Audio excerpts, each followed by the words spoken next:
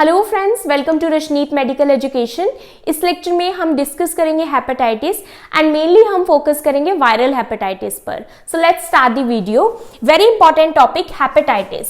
सो hepatitis क्या होता है? सबसे पहले हेपेटिक वर्ड किसको शो करता है? लीवर को। ITIS का क्या मतलब है? Inflammation. So hepatitis is inflammation of the liver. जब भी लीवर में इन्फ्लामेशन हो जाएगी तो उसको हेपेटाइटिस कहते हैं। नाउ इन्फ्लामेशन क्या है? इन्फ्लामेशन बेसिकली क्या होता है कि लीवर के जो टिश्यूज हैं उनमें स्वेलिंग आ गई है, स्वेलिंग आ जाएगी, वो स्कार टिश्यूज में धीरे धीरे कन्वर्ट हो जाएंगे एंड टिश्यू डैमेज हो जाएंगे। तो this inflammation can be cause by injury और इन्फेक्शन टू द लीवर। अगर लीवर में कोई इंजरी हो गई है तो भी हो सकता है। अगर कोई इन्फेक्शन एंटर हो गया, जैसे कि हम हेपेटाइटिस यहाँ पर वायरल हेपेटाइटिस पढ़ रहे हैं, तो जो हेपेटाइटिस वायरस है उसके कारण इन्फेक्शन हो सकता है लीवर में, जिसके कारण क्या हो सकता है? डैमेज हो सकता है लीवर को, दैट इज हेपेटाइटिस। अब कोजेज ऑफ हेपेटाइटिस, वैसे तो हेपेटाइटिस के बहुत सारे कोजेज हैं, हम इस लेक्चर में हेपेटाइटिस वायरस पर फोकस करेंगे। तो there are different types of hepatitis with different causes. First है viral hepatitis. Viral hepatitis means जो हेपेटाइटिस वायरस है उसके कारण हेपेटाइटिस हुआ है। तो हेपेटाइटिस जो वायरस है वो 5 मेन टाइप्स के हैं, that is hepatitis A virus, B, C, D and hepatitis E virus. Now second आता है alcoholic hepatitis. Alcoholic hepatitis name से क्लियर है कि कोई हैवी अल्कोहल यूज कर रहा है, कोई बहुत ज्यादा अल्कोहल को कंज्यूम कर रहा है, तो लीवर के सेल्स पर क्या हो जाएगी? इंजरी हो जाएगी, जिसकी वजह से अल्कोहलिक हेपेटाइटिस होता है। देन टॉक्सिक हेपेटाइटिस मींस ऐसे कोई सब्सटेंस कंज्यूम कर रहा है जिसकी वजह से हेपेटोटॉक्सिसिटी हो गई है, जिसको टॉक्सिक हेपेटाइटिस बोलते हैं। जैसे कि कुछ पॉइजन्स, केमिकल्स, मेडिसिन जो कि बहुत कॉमन है, जैसे कि NSAIDs, non steroidal anti inflammatory drugs. ये क्या करते हैं? ये भी हेपेटोटॉक्सिसिटी कोज करते हैं, जिसको बोलते हैं टॉक्सिक हेपेटाइटिस। और कुछ सप्लीमेंट्स।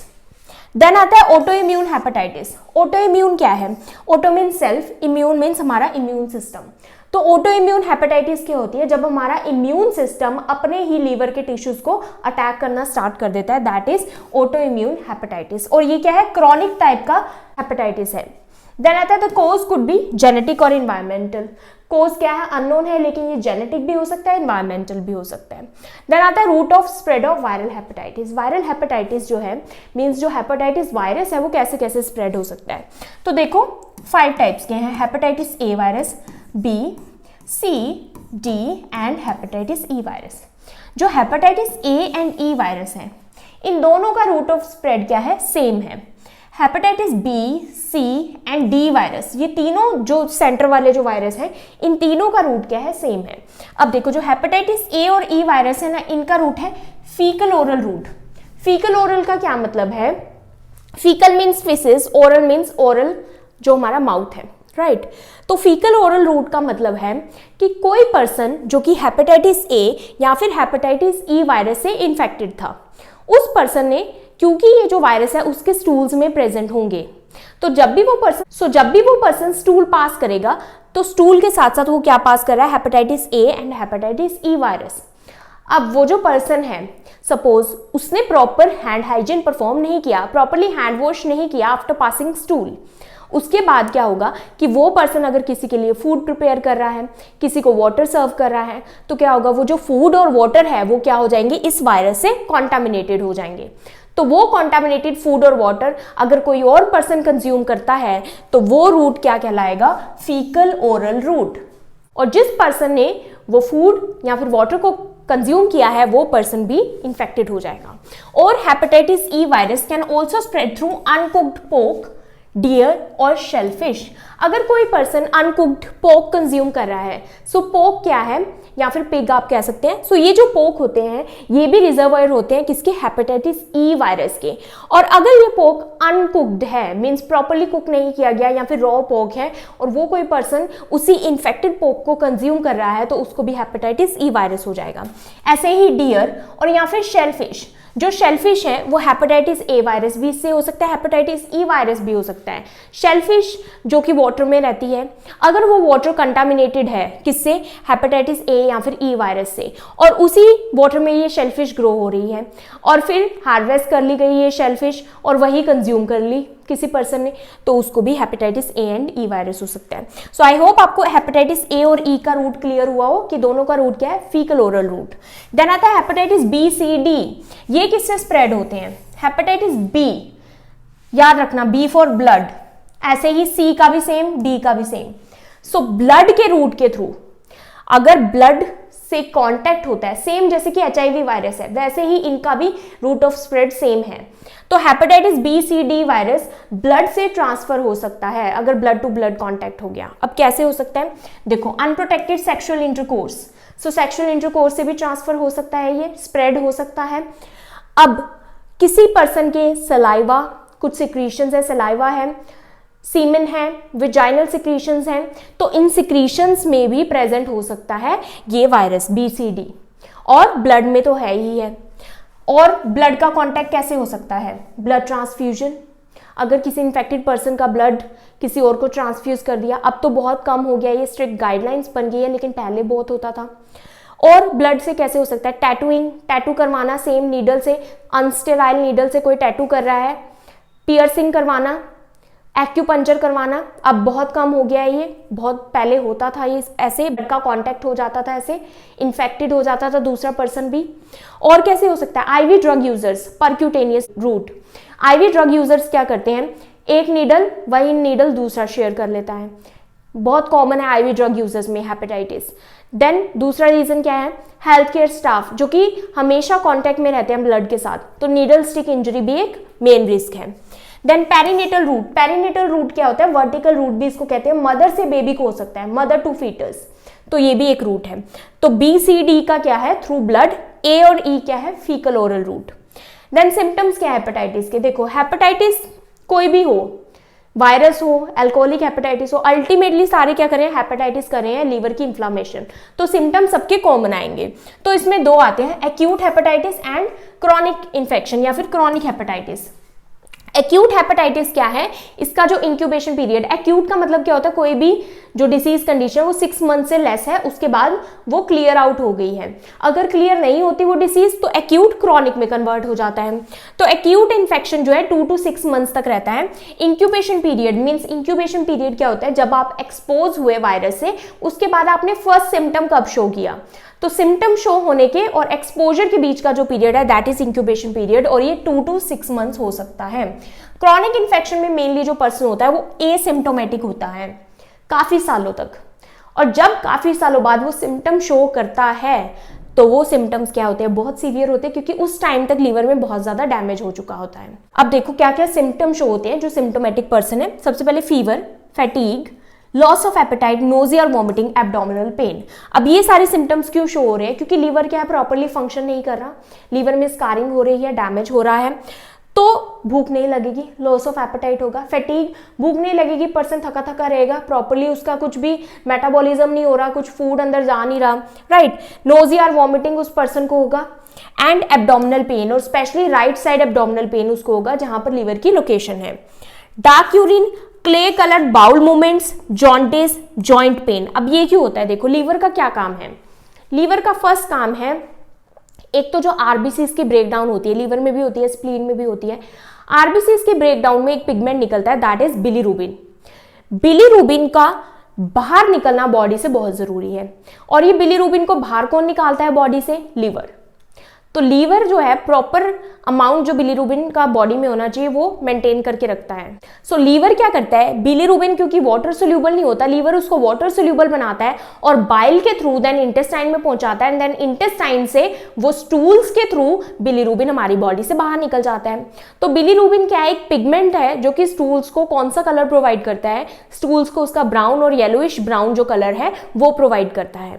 तो बिलीरुबिन स्टूल्स के थ्रू हमारी बॉडी से बाहर चला जाता है लीवर की हेल्प से।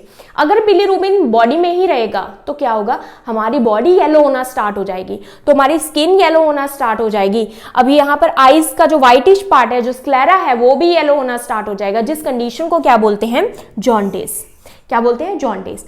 तो जॉन्डिस के कारण क्या होता है, एक तो डार्क कलर का यूरिन आता है, क्योंकि जो बिलीरुबिन है वो अब स्टूल्स के थ्रू सिक्रीट नहीं हो रहा, हमारी बॉडी में ही एक्यूमुलेट हो गया, तो यूरिन का कलर बहुत डार्क होगा। अब स्टूल में सिक्रीट नहीं हो रहा, फीसिस में, बाउल मूवमेंट्स में सिक्रीट नहीं हो रहा बिलीरुबिन, हमारी बॉडी में ही एक्यूमुलेट हो रहा है, तो क्या जो स्टूल्स है उसका कलर येलोइश ब्राउन होगा, नहीं होगा, उसका कलर क्या होगा, क्ले कलर या फिर ग्रे कलर का होगा, अनयूजुअल कलर होगा। जॉइंट पेन हो सकता है, स्किन रैश हो सकता है, हाइव्स जिसको कहते हैं, कंफ्यूजन। अब कंफ्यूजन या फिर मेंटल चेंजेस क्यों आएंगे? देखो, जो लीवर है ना, उसका एक और काम भी है, प्रोटीन की मेटाबॉलिज्म जो इंटेस्टाइन में हो रही है, प्रोटीन के मेटाबॉलिज्म से क्या निकल रहा है? अमोनिया निकल रहा है। ये जो अमोनिया है ना, इस अमोनिया को लीवर क्या करता है? यूरिया में कन्वर्ट करता है, एंड देन जो यूरिया है वो यूरिन के थ्रू हमारी बॉडी से बाहर जाता है। तो अगर लीवर इस अमोनिया को कन्वर्ट नहीं करेगा यूरिया में, तो क्या होगा? अमोनिया का बिल्डअप भी हमारी बॉडी में स्टार्ट हो जाएगा। अमोनिया का हाई लेवल होने की वजह से मेंटल चेंजेस देखने को मिलते हैं, दैट इज कंफ्यूजन। और भी लीवर के देन उसके बाद आता है कॉम्प्लिकेशन। अब हेपेटाइटिस की क्या क्या कॉम्प्लिकेशन हो सकती हैं? तो लीवर का डैमेज हो जाना बहुत ज्यादा क्या क्या कोज कर सकता है? Liver cirrhosis. लीवर सिरोसिस क्या होता है? पूरे जो लीवर है वो स्कार हो गया, मीन्स वहां पर टिश्यू जो है डैमेज हो गए, हार्ड हो गया, स्कारिंग हो गई है उसमें, तो इसको बोलते हैं परमानेंट लीवर स्कारिंग भी बोलते हैं। और जब ये हो जाएगा तो लीवर फंक्शन कर ही नहीं पाएगा, तो इसको बोलते हैं liver cirrhosis. Mostly in cases में क्या होता है? लीवर ट्रांसप्लांट एक ऑप्शन होता है। Then liver failure, liver fail हो गया। लीवर कैंसर, लीवर फेलियर वैसे एक्यूट लीवर फेलियर ज्यादा देखने को मिलता है। लीवर कैंसर, लीवर का जो सेल्स है वो सारे कैंसरस हो चुके हैं। सो ये सभी हेपेटाइटिस के कॉम्प्लिकेशंस हैं। अब वन बाय वन सारे वायरसेस को डिस्कस करेंगे। तो सबसे पहले मैंने हेपेटाइटिस ए और ई वायरस ले लिया है, क्योंकि दोनों ना सिमिलर हैं, सेम से हैं। सबसे पहले हमें रूट ऑफ ट्रांसमिशन तो दोनों का पता ही है, फीकल ओरल रूट है दोनों।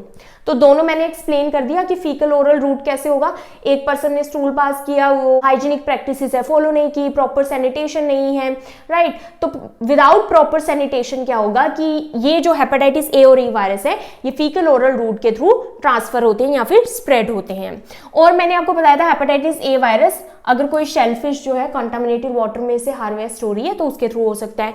ऐसे ही hepatitis E virus uncooked pork से भी हो सकता है, डियर से, शेलफिश से, ये भी इस तरह से हो सकता है। Hepatitis A virus mainly children को अफेक्ट करता है। हेपेटाइटिस ई वायरस मेनली जो एडल्ट्स हैं ओवर 50 ईयर्स ऑफ एज उनको इफेक्ट करता है। देन इन्फेक्शन टाइप इसका भी एक्यूट है, इन्फेक्शन टाइप इसका भी एक्यूट है। तो दो सारे वायरसेस में से जो दो वायरस एक्यूट इन्फेक्शन कोज करते हैं, मीन सिर्फ एक्यूट, क्रॉनिक नहीं करते, that is A and E. Then उसके बाद आता है incubation period. Hepatitis A virus का 2 to 6 वीक्स होता है, ई वायरस का 2 to 8 वीक्स होता है। देन उसके बाद आता है hepatitis A virus is single stranded RNA virus, ये भी सिंगल स्ट्रैंडेड आरएनए वायरस होता है हेपेटाइटिस ई। देखो, जितने भी हेपेटाइटिस वायरस है ना, सारे के सारे क्या है? आरएनए वायरस, एक्सेप्ट वन, एक को छोड़ के। वो कौन सा है? हेपेटाइटिस बी वायरस, वो डीएनए वायरस है। अब इन्फेक्शन दोनों में ही क्या होते हैं? वैसे माइल्ड इन्फेक्शन होते हैं, यूजुअली हमारी बॉडी क्लियर आउट कर देती है। हेपेटाइटिस ई की एक खास बात क्या है? With most people making a full recovery and remaining at immune for further HIV infection. Means एक पर्सन को जिसको हेपेटाइटिस ए वायरस हुआ है, अगर वो बॉडी में उसको ये वायरस हुआ है तो क्या होगा? वो एक्यूट कंडीशन में होगा, मोस्टली क्या बॉडी उससे फाइट करेगी और ठीक हो जाएगा। अगर एक बार किसी पर्सन को हेपेटाइटिस ए वायरस हो गया तो उसकी बॉडी में उसके लिए एंटीबॉडीज बन जाती हैं और वो पर्सन लाइफ टाइम तक हेपेटाइटिस ए वायरस के लिए क्या हो जाता है? इम्यून हो जाता है। इट मींस एक बार जिसको हेपेटाइटिस ए वायरस हुआ उसको दोबारा से हेपेटाइटिस ए वायरस नहीं होगा। डायग्नोस्टिक टेस्ट क्या है? दो तरह की एंटीबॉडीज है, आईजीएम एंड आईजीजी।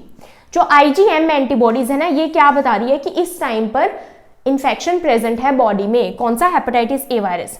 इसको एंटी एचएवी हेपेटाइटिस ए वायरस भी बोलते हैं क्योंकि ये एंटीबॉडीज है एक तरह से बॉडी में।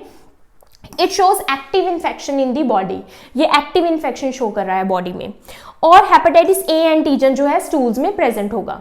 मींस जो वायरस का जो एंटीजन, वायरस क्या है? एक एंटीजन है और ये एंटीजन स्टूल में सिक्रीट होगा। ऐसे ही हेपेटाइटिस ई एंटीजन भी स्टूल्स में दिखेगा। The lifelong immunity is given by IgG antibodies। जो IgG antibodies हैं ये क्या प्रोवाइड कर रही हैं? ये लेटर आती हैं, मीन्स बाद में, पहले IgM एंटीबॉडीज शो होती हैं। IgG antibodies life long immunity provide करती हैं हेपेटाइटिस ए वायरस से।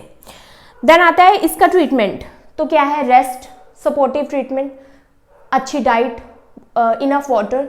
तो ज़्यादा इसमें कोई ड्रग्स या मेडिसिन नहीं देनी, जैसे कि पैरासीटामोल, ये सब जितने भी जो ड्रग्स हैं फालतू में अननेसेसरली नहीं देने। देन प्रिवेंशन इसका क्या है, हेपेटाइटिस ए वैक्सीन। तो हेपेटाइटिस ए वायरस के लिए हेपेटाइटिस ए वैक्सीन अवेलेबल है। ये हेपेटाइटिस ए वैक्सीन बहुत ज़रूरी है, ये ले सकते हैं। देन उसके बाद इम्यून ग्लोबुलिन। इम्यून ग्लोबुलिन क्या है, एक तरह का एंटीबॉडी है, ये भी दे सकते हैं with in 2 weeks of exposure. Means जब पर्सन को एक्सपोजर हुआ है हेपेटाइटिस वायरस का, उसके 2 हफ्तों के बीच बीच में इम्यून ग्लोबुलिन देना है फॉर प्रॉपर एफिकेसी। उसके बाद हैंड हाइजीन और सैनिटेशन, दोनों ही इनमें हैंड हाइजीन और सैनिटेशन बहुत इंपॉर्टेंट है, क्योंकि ये दोनों फीकल ऑरल रूट से ट्रांसफर होते हैं। तो आईजीजी जो एंटीबॉडीज हैं ये कब शो हो रही हैं, एक तो ये बता रही है कि इन्फेक्शन होके चला गया है, जी से आप याद रखते हैं इन्फेक्शन गोन, सो इन्फेक्शन होकर चला गया है और अब आईजीजी एंटीबॉडीज बन गई है, लाइफ टाइम इम्यूनिटी बन गई है, या फिर अगर इम्यून ग्लोबुलिन दिया है या फिर वैक्सीन दी है हेपेटाइटिस ए वैक्सीन, तो भी ये ब्लड में अपीयर होंगी। देन उसके बाद हेपेटाइटिस ई वायरस, ये भी स्टूल में डिटेक्टेबल है, वायरस स्टूल में दिख जाएगा। ब्लड सीरम में क्या क्या देखने को मिलेगा, आईजीजी और IgM antibodies same, and most people get fully recover from this virus. Normally most people इस वायरस से फुली रिकवर हो जाते हैं। ये दोनों ही एक्यूट वायरस हैं, लेकिन जो हेपेटाइटिस ई वायरस है ना, ये कई केसेस में, बहुत रेयर केसेस में ये सीवियर हो सकता है। जैसे कि प्रेग्नेंट वुमेन में हो सकता है, अगर प्रेग्नेंट वुमेन की लेट प्रेगनेंसी है, लेट मीन्स लेट ट्राइमेस्टर में या लास्ट ट्राइमेस्टर में, सेकंड और थर्ड ट्राइमेस्टर में, या फिर बहुत ज़्यादा इम्यूनो कॉम्प्रोमाइज पेशेंट है, उसको और भी कोमॉर्बिडिटीज हैं, तो ये सीवियर या फिर रेयर फॉर्म में सीवियर हो सकता है। देन रेयर केसेस में hepatitis E can be severe and result in fulminant hepatitis. Fulminant hepatitis का मतलब है severe hepatitis, that is acute liver failure हो सकता है, जैसे कि प्रेग्नेंट वुमेन में हो सकता है, मैंने बताया सेकेंड या थर्ड ट्राइमेस्टर में। इसका जो ट्रीटमेंट है वो क्या है, राइबाविरिन। राइबाविरिन क्या है, ये एंटीवायरल ड्रग है। इंटरफेरॉन ए अल्फा जो इंटरफेरॉन है वो मोस्टली हेपेटाइटिस के केस में यूज होता है, ये भी एंटीवायरल है, एंटी कार्सिनोजेनिक भी है ये। Okay, can be given to immunosuppress people, और ये इम्यूनोसप्रेस पीपल को भी दे सकती हैं। इंटरफेरॉन जो अल्फा है ये बहुत इंपॉर्टेंट है, हेपेटाइटिस का एक इंपॉर्टेंट ट्रीटमेंट है ये, और ये सबक्यूटेनियसली दिया जाता है। देन हम पढ़ते हैं हेपेटाइटिस बी, सी और डी, क्योंकि ये तीनों क्या है, सिमिलर से हैं, इसलिए मैंने इनको तीनों को एक साथ समझाऊंगी। सबसे फर्स्ट आता है हेपेटाइटिस बी वायरस। इंपॉर्टेंट है ये virus. Hepatitis B virus is the only DNA virus among all the hepatitis viruses. तो ये ओनली डीएनए वायरस है सारे वायरसेस में से। रूट इसका क्या है, देखो रूट तीनों का सेम है, हेपेटाइटिस बी, सी, डी का मैंने ऑलरेडी एक्सप्लेन कर दिया। तो ये भी ब्लड के थ्रू हो सकता है, infectious blood, infectious body fluids, unprotected sex के through, blood transfusion, IV drug users, perinatal, mother से बेबी में हो गया, तीनों का ही सेम है।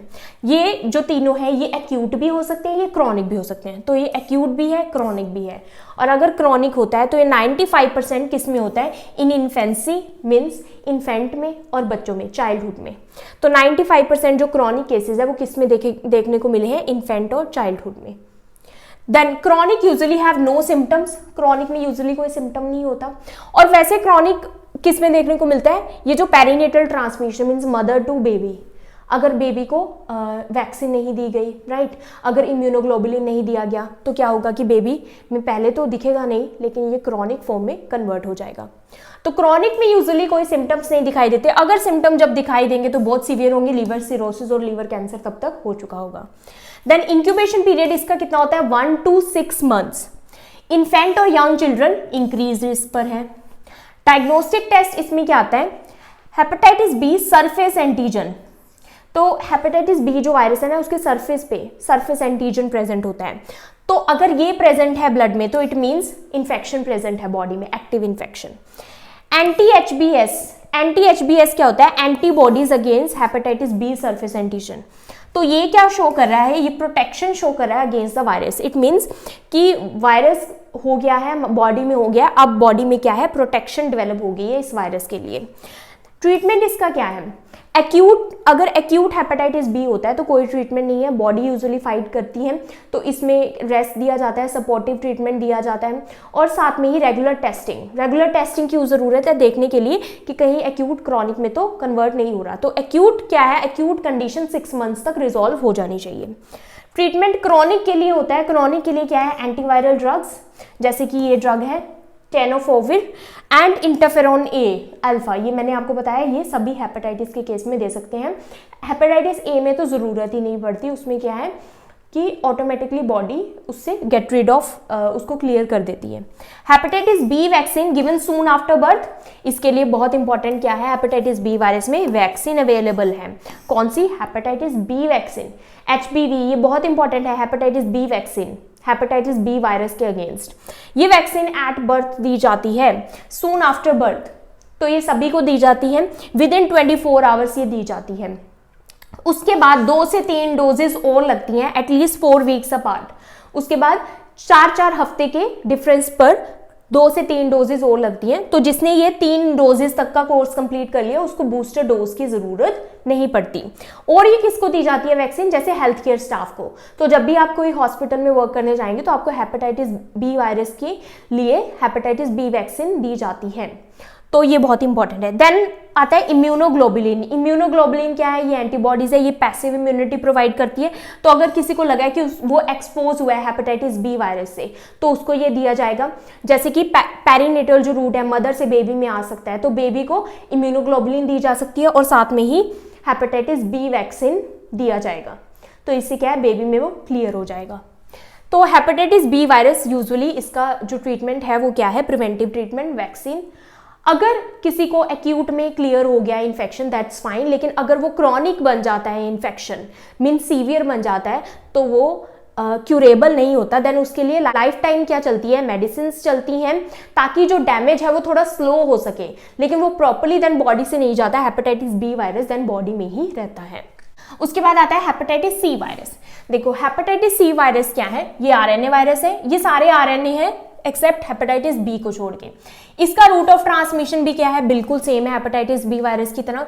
ये भी एक्यूट होता है और क्रॉनिक होता है, लेकिन ये ज्यादा क्रॉनिक फॉर्म में कन्वर्ट हो जाता है, तो ये थोड़ा सीवियर है, ये एक्यूट से क्रॉनिक में चला जाता है। इंक्यूबेशन पीरियड इसका क्या है? 2 to 3 मंथ्स। तो 80% केसेस क्या है? क्रॉनिक के हेपेटाइटिस सी वायरस में देखने को मिलते हैं। डायग्नोस्टिक टेस्ट इसका क्या है? Anti hepatitis C virus in the blood में एंटीबॉडीज मिलती है हेपेटाइटिस सी वायरस के अगेंस्ट, क्योंकि ये क्रॉनिक है मोस्टली। ट्रीटमेंट इसका क्या है? इसके लिए न्यू ट्रीटमेंट आया है, new direct acting antiviral drug. Antiviral drugs आए हैं न्यू, जिनको बोलते हैं न्यू डायरेक्ट एक्टिंग। तो ये इफेक्टिव है हेपेटाइटिस सी वायरस के लिए। ये कौन से हैं? लाइक सोफोस्ब्यूविर एंड ये तो है, ये इंटरफेरॉन तो दे ही सकते हैं, सो पैग इंटरफेरॉन अल्फा, ये भी इफेक्टिव है। तो ये दोनों का कॉम्बिनेशन देते हैं। देन इसके लिए कोई भी वैक्सीन अवेलेबल नहीं है, लेकिन ये जो इसका ट्रीटमेंट है ये इफेक्टिव है। उसके बाद देखो जो ट्रीटमेंट है ना वो इफेक्टिव तो होता है, लेकिन अगर बहुत सीवियर केस चला गया, लिवर सिरोसिस हो गया, देन उसके बाद बहुत डिफिकल्ट हो जाता है सिचुएशन को देन वापस से ठीक करना। देन उसके बाद आता है hepatitis D virus. Hepatitis D virus का भी सेम रूट ही है, बी और सी जैसा। एक और हो सकता है, अगर कोई पर्सन ना लॉन्ग टर्म डायलिसिस पर है तो उसको भी रिस्क है हेपेटाइटिस होने का। देन आता है इंक्यूबेशन पीरियड, इसका 1 to 4 मंथ्स है। अब हेपेटाइटिस जो डी वायरस है ना, इसका बहुत इंपॉर्टेंट एक पॉइंट है, आपको याद रखना है। अगर आपको क्वेश्चन आए कि क्या हेपेटाइटिस डी वायरस अकेले हो सकता है, तो नहीं, हेपेटाइटिस डी वायरस हमेशा हेपेटाइटिस बी वायरस के साथ होगा। इट मींस अगर बॉडी में पहले से किसी को हेपेटाइटिस बी वायरस है तभी हेपेटाइटिस डी वायरस देखने को मिलेगा। फर्स्ट थिंग क्या हुई कि अगर हेपेटाइटिस डी वायरस मिला है तो मतलब हेपेटाइटिस बी वायरस वहां प्रेजेंट है, और हेपेटाइटिस डी वायरस बिना हेपेटाइटिस बी वायरस के होता नहीं है। तो it needs HBV in order to infect the host. इसको पहले हेपेटाइटिस बी वायरस चाहिए तभी ये होस्ट को इन्फेक्ट कर सकेगा। अब ये 2 तरह से होता है, ये कोज कैसे करता है इन्फेक्शन? हेपेटाइटिस डी वायरस 2 तरह से, एक होता है को इन्फेक्शन और एक होता है सुपर इन्फेक्शन। को इन्फेक्शन क्या होता है? को मीन्स साथ साथ। तो हेपेटाइटिस बी वायरस और हेपेटाइटिस डी वायरस दोनों सेम टाइम पर होस्ट को अटैक करते हैं, दैट इज को इन्फेक्शन। तो hepatitis B virus, B alphabet पहले आता है डी से, तो ये समझना बी पहले आता है देन डी आता है। तो सुपर इन्फेक्शन में क्या है? बी पहले आता है, हेपेटाइटिस बी वायरस पहले डैमेज कर देता है लिवर को अच्छी तरह से, and then later hepatitis D virus आता है, दैट इज सुपर इन्फेक्शन। अब जो सुपर इन्फेक्शन है ये ज्यादा सीवियर है, और ये जो हेपेटाइटिस डी वायरस है ना ये सबसे सीवियर फॉर्म है हेपेटाइटिस की, क्योंकि इसमें क्या है, दो इन्फेक्शन हो रहे हैं बॉडी में, तो ये बहुत ज़्यादा डैमेज क्लोज करता है। एक्यूट भी हो सकता है, ये क्रॉनिक भी हो सकता है। Hepatitis D virus is most severe form of hepatitis, ये मोस्ट सीवियर फॉर्म है, और जो सुपर इन्फेक्शन है ये ज़्यादा देखने को मिलता है। देन डायग्नोस्टिक टेस्ट इसका क्या है, हेपेटाइटिस डी एंटीजन देखने को मिलेगा, एंटी हेपेटाइटिस डी वायरस जो एंटीबॉडीज है वो भी देखने को मिलेंगी ब्लड में। ट्रीटमेंट इसका क्या है, एंटीवायरल, वही एंटीवायरल ड्रग्स दे सकते हैं, पैग इंटरफेरोन अल्फा दे सकते हैं, वैक्सीनेशन अगेंस्ट एचबीवी। अब ये देखो, हेपेटाइटिस बी वायरस के लिए वैक्सीन प्रेजेंट है, ठीक है। ये वैक्सीन क्या है, ऑलमोस्ट बहुत ज्यादा अच्छी है, मींस ऑलमोस्ट ये प्रोटेक्शन दे देती है हेपेटाइटिस बी वायरस के लिए, कि ये वैक्सीन है, ले ली, प्रॉपर कोर्स इसका ले लिया तो नहीं होगा हेपेटाइटिस बी वायरस। तो हेपेटाइटिस डी वायरस को कैसे प्रिवेंट करेंगे, क्योंकि ये दोनों, हेपेटाइटिस डी वायरस इसके बिना होगा नहीं, तो जब यही नहीं होगा तो वो तो होगा ही नहीं ना हेपेटाइटिस डी वायरस, तो ये नहीं होगा, उसके लिए क्या करेंगे, हेपेटाइटिस बी वायरस वैक्सीनेशन देंगे, हेपेटाइटिस बी वायरस के लिए जो वैक्सीनेशन बनी है वो देंगे। तो इसलिए vaccination against hepatitis B virus is very very important, तो उससे क्या होगा, हेपेटाइटिस डी नहीं होगा।